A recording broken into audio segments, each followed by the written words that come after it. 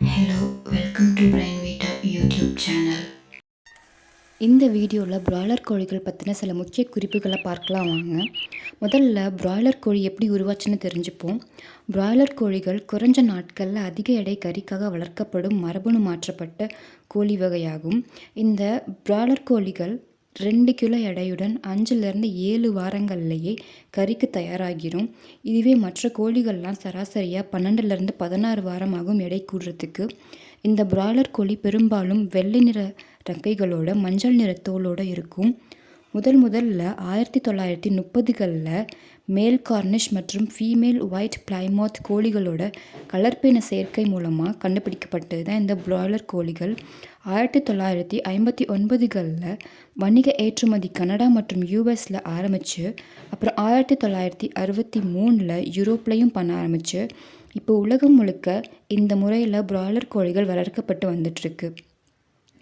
சரி, எப்படி இந்த பிராய்லர் கோழிகள் அதிக எடைக்கு ரொம்ப கம்மி நாள்லேயே வளர்ந்துடுது அப்படின்னு பார்த்தோன்னா, பிராய்லர் கோழிகளுக்கு அதிக புரதம் மற்றும் கலோரிகள் நிறைந்த தீவனம் கொடுக்கப்பட்டு ரொம்ப குறுகிய இடத்துலையே எந்த உடல் செயல்பாடுகளும் இல்லாமல் ஒரே இடத்துல சாப்பிட்டு வளர்கிறதுனால அதனுடைய உடல் எடை கம்மி நாள்லேயே அதிகரித்து கால்கள்லையும் பலம் இல்லாமல் ரொம்ப சீக்கிரமாக எடை அதிகரிச்சிருது.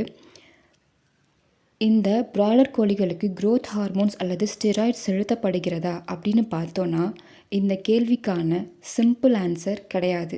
ஏன்னா ஒரு growth ஹார்மோன் அல்லது ஸ்டெராய்டோட விலை பிராய்லர் கோழியோட விற்பனை விலையை விட அதிகம். அப்போ கண்டிப்பாக இது வாங்கி பயன்படுத்த முடியாது.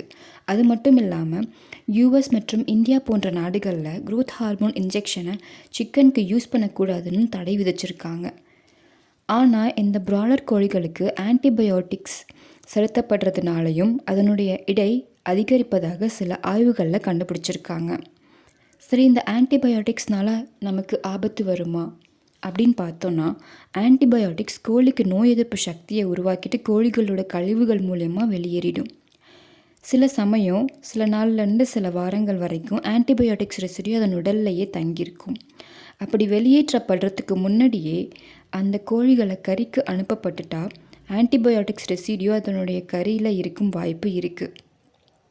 அப்போது சமைச்சா இந்த ஆன்டிபயோட்டிக்ஸ் ரெசிடியூ போயிடுமா அப்படின்னு பார்த்தோன்னா, சமைக்கிறது மூலமாக இந்த ஆன்டிபயோட்டிக்ஸ் ரெசிடியூவோட அளவு குறையுமே தவிர முழுசாக அதிலிருந்து போகாது.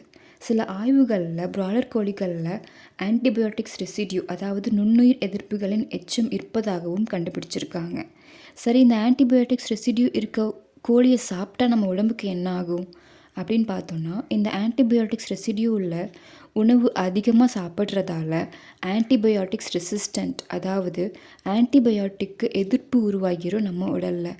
இது ஏற்பட்டுட்டால் வியாதிகளை குணப்படுத்துறதுல கொஞ்சம் சிக்கல் ஏற்படலாம். பிராய்லர் கோழிகளில் ஹார்மோன் பிரச்சனைகள் வருது அப்படிங்கிற மாதிரியான சில வதந்திகள் இருக்கிறது உண்டு. இது உண்மையா அப்படின்னு பார்த்தோன்னா கிடையாது.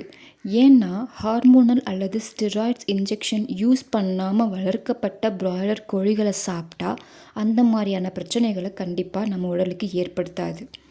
ஆனால் இந்த கோழிகளில் அதிக அளவு சத்துக்கள் இருக்கிறதால உடல் தேவைக்கும் மீறி அதிகமாக சாப்பிட்டோன்னா பிரச்சனைகள் கண்டிப்பாக ஏற்படும். எப்படி சமைச்சு எவ்வளோ சாப்பிட்றோமோ அதுக்கு ஏற்ற பலன் கண்டிப்பாக நம்ம உடலுக்கு இந்த பிராய்லர் கோழிகள் கொடுக்கும்.